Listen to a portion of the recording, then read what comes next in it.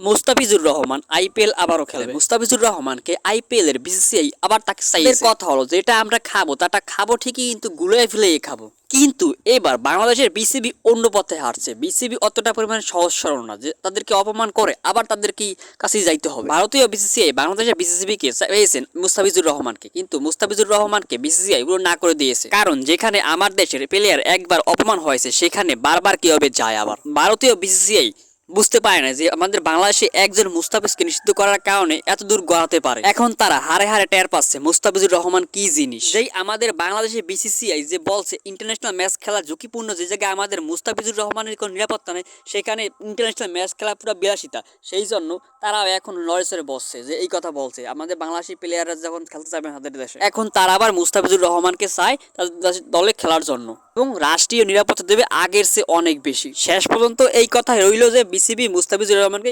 IPL খেলতে দেবে না, কারণ সে এক জায়গায় অপমান হয়ে আসছে এবং জাতীয় দলেও খেলবে না সেই জায়গা যেয়ে।